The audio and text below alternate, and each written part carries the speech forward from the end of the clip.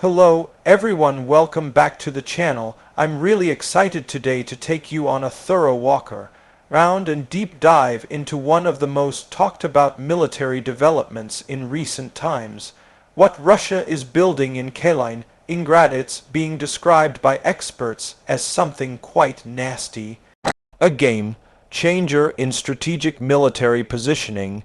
I'll guide you through its exterior, give you a quick take on the interior, go over performance, safety features, unique selling points from a military hardware perspective, price or cost estimates, and then wrap up with my overall conclusion. Let's get right into it. Starting with how it looks from the outside, there's a sense of foreboding power. The structure stands imposing against the landscape of Kaliningrad, sleek yet angular in its design, all dark gray military matte. Think stealth aesthetics, but built for strategic dominance. The exterior surfaces appear reinforced, clad in composite materials likely engineered for radar absorption, and with hardened plating to resist shrapnel and electronic interference. You'll notice small protrusions, antenna arrays, sensor pods, and perhaps even directed energy turrets or electronic warfare emitters, hinting at capabilities beyond just conventional armaments. The perimeter is fortified with modular belt-like casing that may conceal missile silos or electromagnetic rail, gun rails integrated seamlessly into the overall silhouette. There's a low-profile yet muscular stance, like a predator ready to strike. The lines are sharp but not brutalist, instead refined, almost aerodynamic. Even on static display, the image it projects is one of advanced engineering, combining stealth, strength, and precision. The entire exterior seems designed for modular expansion. You can detect standardized connection points that suggest this platform can be quickly reconfigured. Swap out a radar array for a laser defense turret, add on additional missile modules, change out camouflage nets, or connect to mobile support units. This adaptability is critical for modern fast-paced defense operations. Moving inside, the interior is compact and functional, Spartan but purpose-built. There's no excess. Seating and consoles are arranged tightly, displays likely multi-function touchscreen and joystick-style control sticks simplifying input. Wiring is neatly routed, and indicator lights, warning lights, and status readouts are close at hand, everything designed for rapid response with zero distraction. Situational awareness seems top priority. High-resolution map overlays, real-time telemetry feeds, and automatic defensive algorithms ready to fire, likely monitored by a small crew or even a single operator assisted by AI. The space is obviously cramped but very efficient. If it's economical in size, it's maximizing functionality. When it comes to performance, this installation is rumored to include next-generation anti-access/area denial A2/AD systems. Sources suggest a mixture of long-range hypersonic anti-ship missiles, layered air defense with SAM capable of engaging stealth aircraft, and electronic warfare arrays that could jam or spoof targeting systems across a wide area.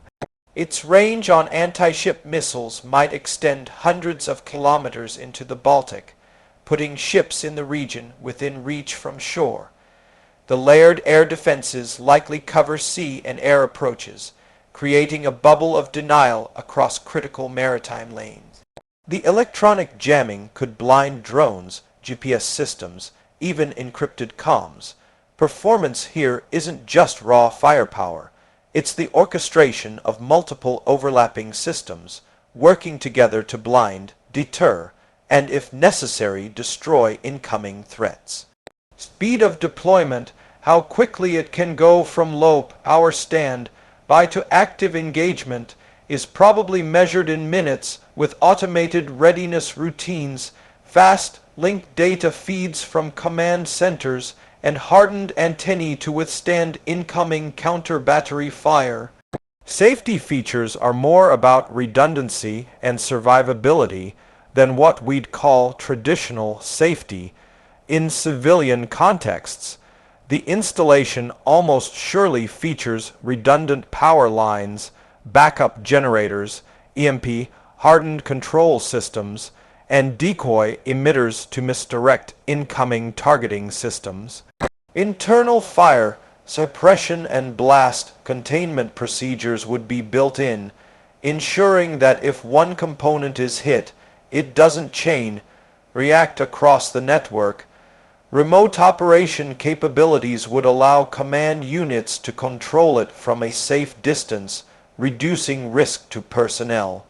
Self-sealing power conduits, anti-tamper mechanisms, and automated lockdown if breached would all be part of the safety and security architecture.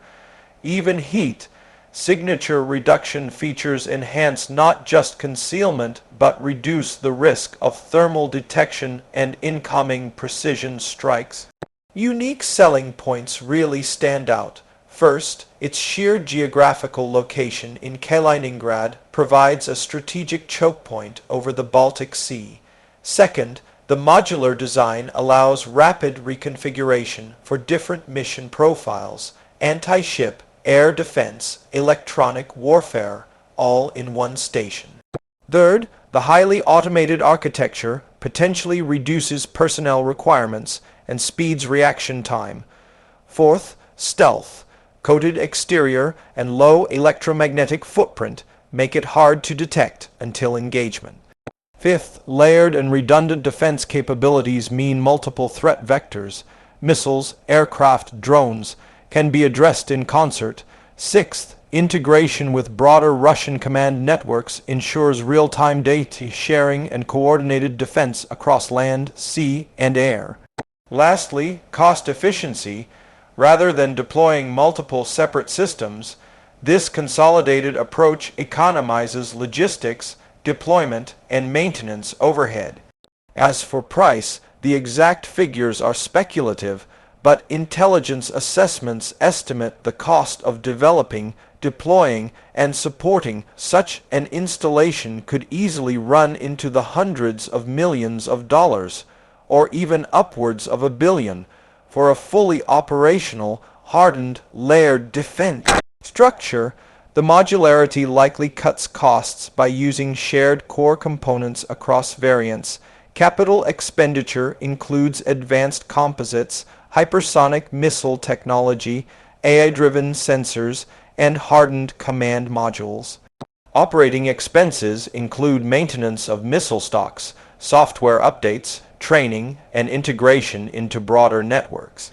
Still, compared to deploying separate air defense batteries, missile silos, electronic warfare trucks, and radar arrays, this integrated package may offer cost per capability savings, making it a strategic investment with relatively high return in deterrence value.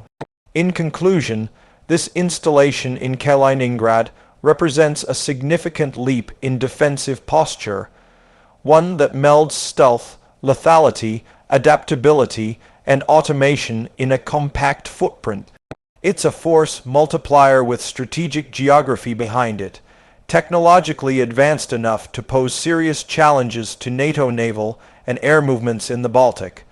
Russia has built something that's not only intimidating but smart, layered, networked, efficient, and capable of evolving. Watching how NATO responds, how counter measures adapt, and whether similar platforms appear elsewhere will be critical in the years ahead. For now, though, this is a striking example of modern military innovation. Thanks for watching, and if you found this deep dive interesting, don't forget to like, subscribe, hit that bell, and let me know your thoughts. Does this shift the balance in the region? What kind of response should NATO develop? Until next time.